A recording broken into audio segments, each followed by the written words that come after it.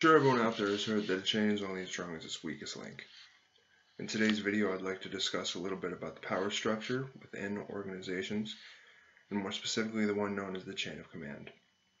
I would like to relate this back to a couple examples of mine from within a workplace and show that I believe that the chain of command is possibly the least effective way of relaying information within an organization.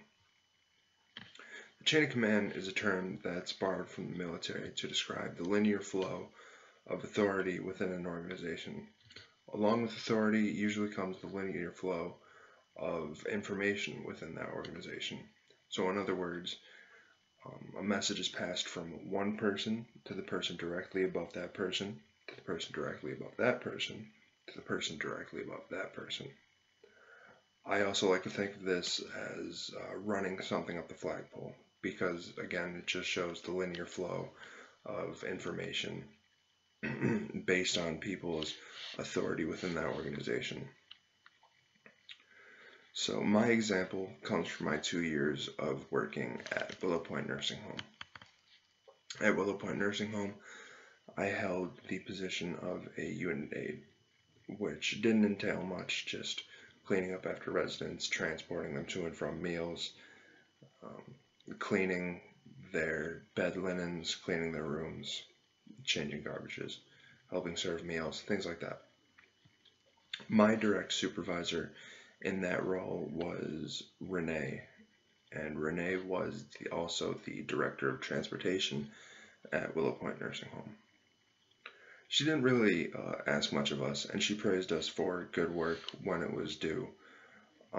But the only problem I had was when it was time to ask for time off. She only asked us for 2 weeks in advance notice as to when we needed time off, which really isn't too much to ask. You would really expect that from just about anyone else in a leadership position in any other organizations. So I would come to her 2 weeks in advance of the days I need off, tell her what time I needed off, and she would just grant it to me. She would just jot something down quick for herself, and she would just tell me I had the day off, and I would leave the office feeling happy and feeling appreciated by her because she acknowledged the work that I was doing, and then she granted me the time that I had asked for. The problem with this would come when the day came around that I asked for off, and I would get a call at home saying that I needed to be at work, especially because half the times I wouldn't even be home. But it turns out Renee was a bit forgetful and forgot to relay the information to the next person, and that information never got to staffing, and staffing would just assume that I was supposed to be there. Another problem that arose from this was, as the director of transportation, she was in charge of obviously setting up all the transportation for residents when it came to things like appointments and so forth. And as a unit aide, I would have to go with these residents on their appointments just in case they need help filling out paperwork, answering questions, things like that. The problem would arise when I would show up to go out on an appointment with a resident and there would be multiple people, or the appointment would be canceled altogether and the information wasn't relayed to us, or we would be waiting for hours and hours on end for Medivan to come pick us up, or Medivan wasn't scheduled to come get us at all.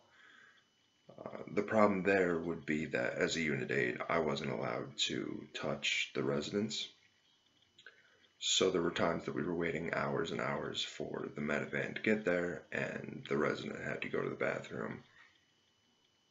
But they couldn't relay that information to me, so they would just do their business in their pants, and I couldn't touch them, so they would have to sit there in their mess until the Medivan came and got us, and we got back to the facility, and a CNA could take care of their mess for them.